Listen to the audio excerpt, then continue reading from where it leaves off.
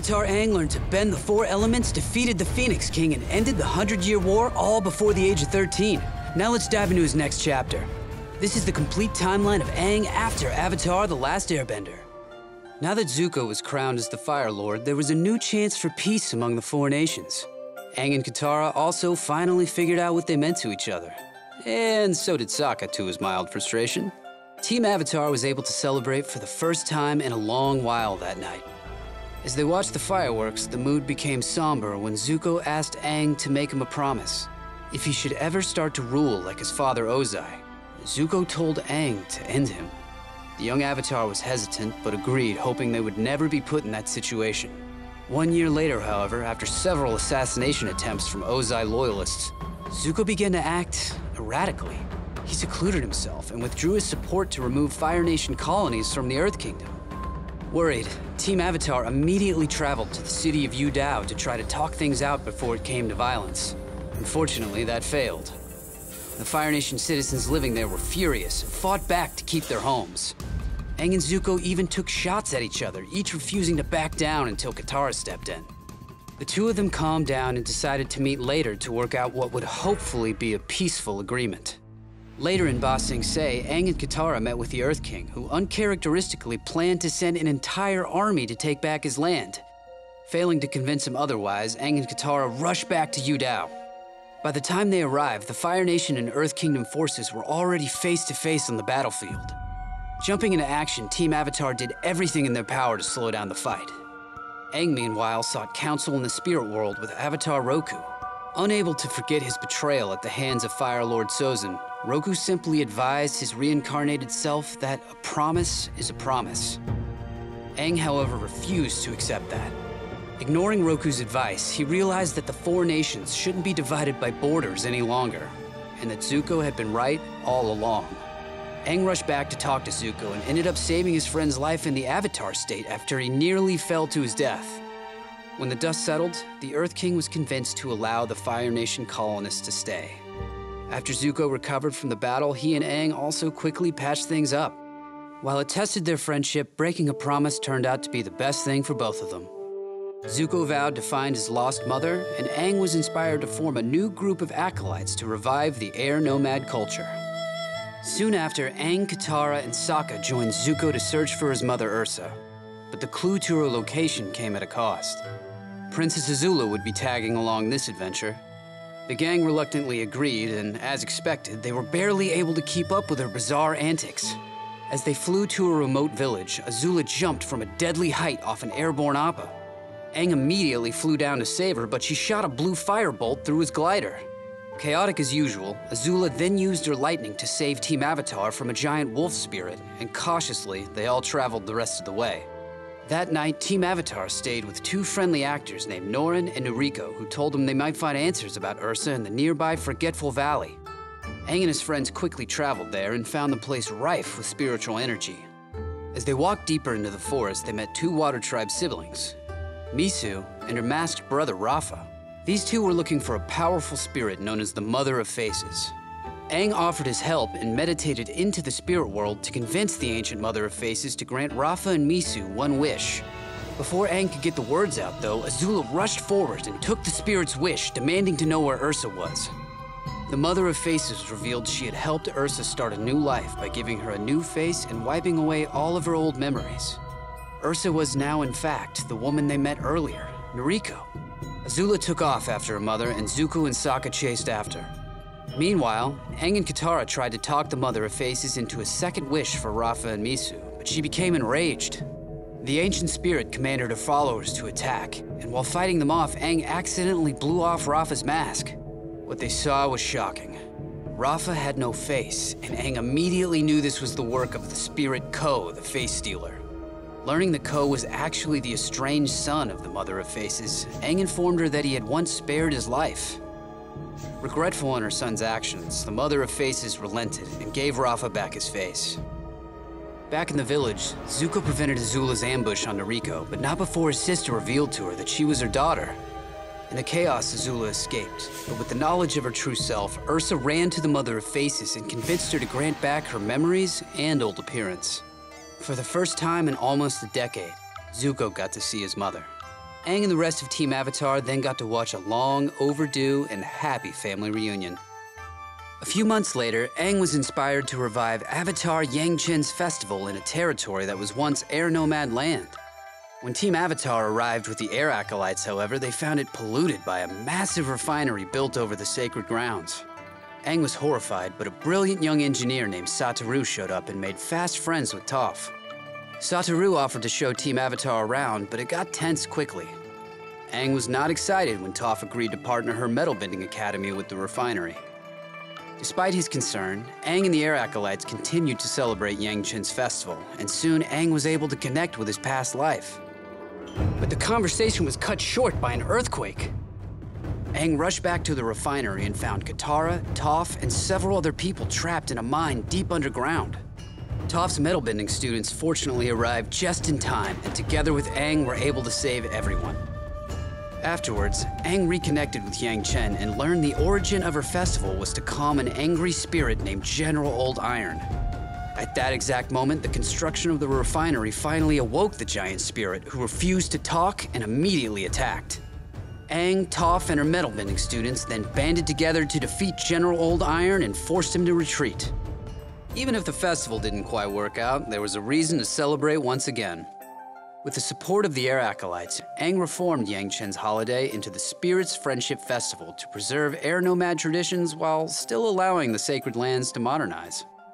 Later, while Katara and Sokka traveled to the South Pole, Aang took a trip to the Fire Nation to help Zuko handle a new threat: dark spirits known as the Kamurakage. Seeming to be angered, these ancient spirits were stealing children from homes all around the capital. Looking for answers, Aang, Zuko, Mai, and her new boyfriend Kalo visited the Dragonbone Catacombs, which held secrets of the Fire Nation's past. While at the crypt of the first Fire Lord, Aang contacted a Kamurakage spirit who told him that their kind hadn't left the spirit world in thousands of years. That meant the kidnappers weren't the Kamurakage at all. They were human. The next night, however, the imposters escalated the situation by kidnapping Zuko's half-sister Kiyi. Aang and Zuko tried to stop them unsuccessfully, but in the chase realized their leader was none other than Azula.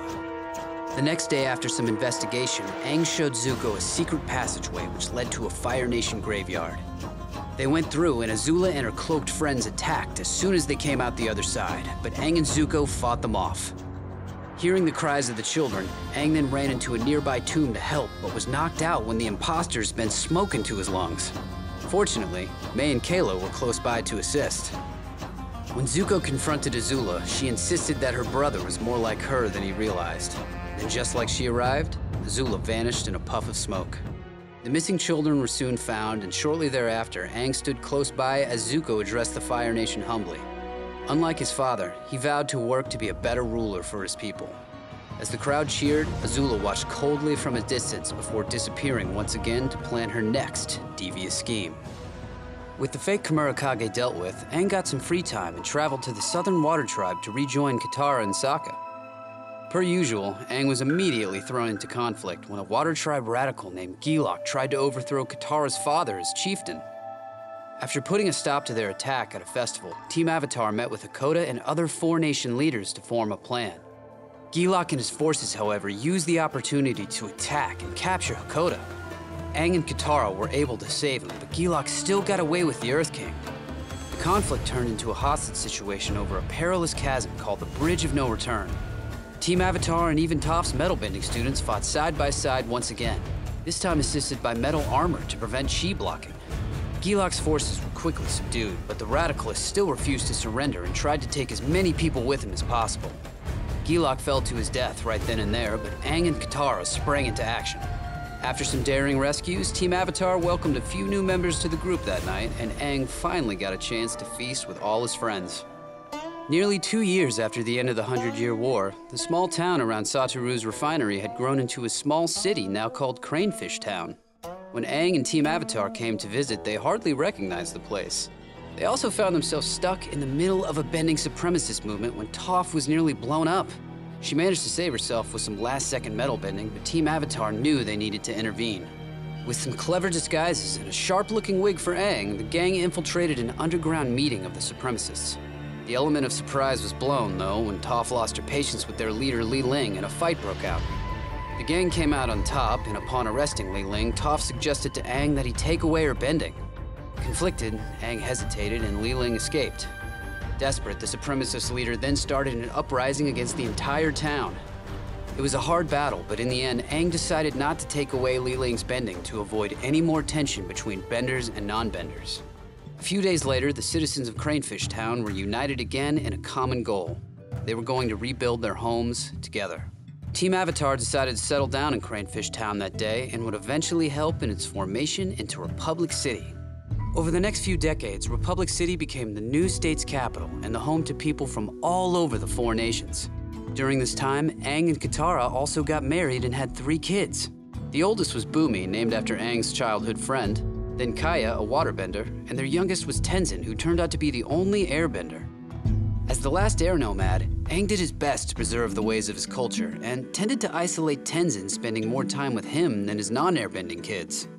The favoritism created some distance between Tenzin, Bumi, and Kaya, but ultimately the whole family loved each other a great deal. At age 40, Aang joined his favorite earthbender and now chief of police, Toph Beifong, to arrest a gangster named Yakone. Under normal circumstances, I wouldn't get involved. But if what those victims said is true, we're not dealing with a normal criminal. Fine. Follow me, Twinkle Toes. Aang stood by as Toph easily took Yakone into custody, but they played right into his hand. After being found guilty, he revealed that he was a bloodbending master. Yakone then knocked out the whole courtroom, including Aang, and just walked out the front door. The Avatar state kicked in, and Aang eventually defeated the bloodbender by taking away his bending abilities. But the threats that faced Republic City were growing by the day. It's over. While Aang had been protected by the Avatar state when he was frozen over a century in an iceberg, the years began to catch up with his body. Only in his early 60s, Aang's health was failing, and knowing he had a short amount of time left, Aang tasked the Order of the White Lotus to search out and protect the next Avatar. It wasn't long before Aang passed away, and while his legacy would never be forgotten, the Avatar cycle continued on. Only a few years later, Aang would be revealed to be reincarnated into a rebellious young woman named Korra from the Southern Water Tribe. I'm the Avatar! You gotta deal with it!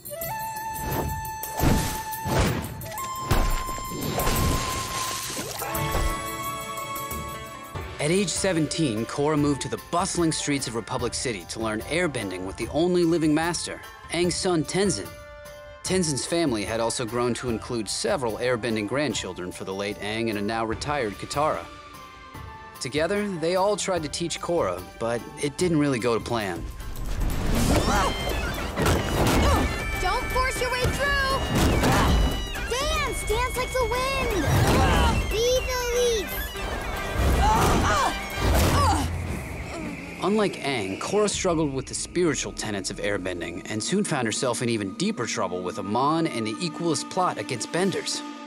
Plagued by strange visions, Korra eventually realized Aang was attempting to warn her about the truth of Amon. He was the gangster Yakone's son and a bloodbender. It wasn't until after defeating Amon and fearing she'd lost her bending entirely that Korra was finally able to spiritually connect with Aang. Not now, Tenzin. I just want to be left alone. But you called me here. Aang.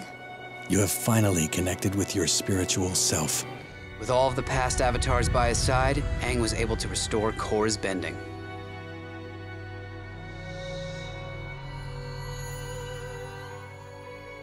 Aang and the other avatars continued to aid Korra in her darkest moments, and even though Aang was no longer in the physical world, he didn't stop helping his children either.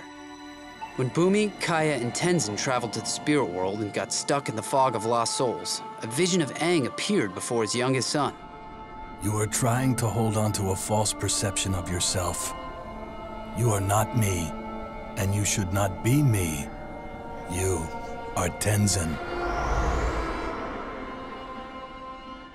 These were just the words Tenzin needed to finally step out of his father's shadow. And after gaining back his senses, he managed to save his siblings and his daughter Jinora just in time. And that's everything we know about Aang so far. As one of the most powerful benders who brought peace, harmony, and change to the four nations, Aang's legacy spans generations and throughout the world. But what do you think? Is he the greatest avatar of all time? comment below and keep watching for more of your favorite Avatar moments.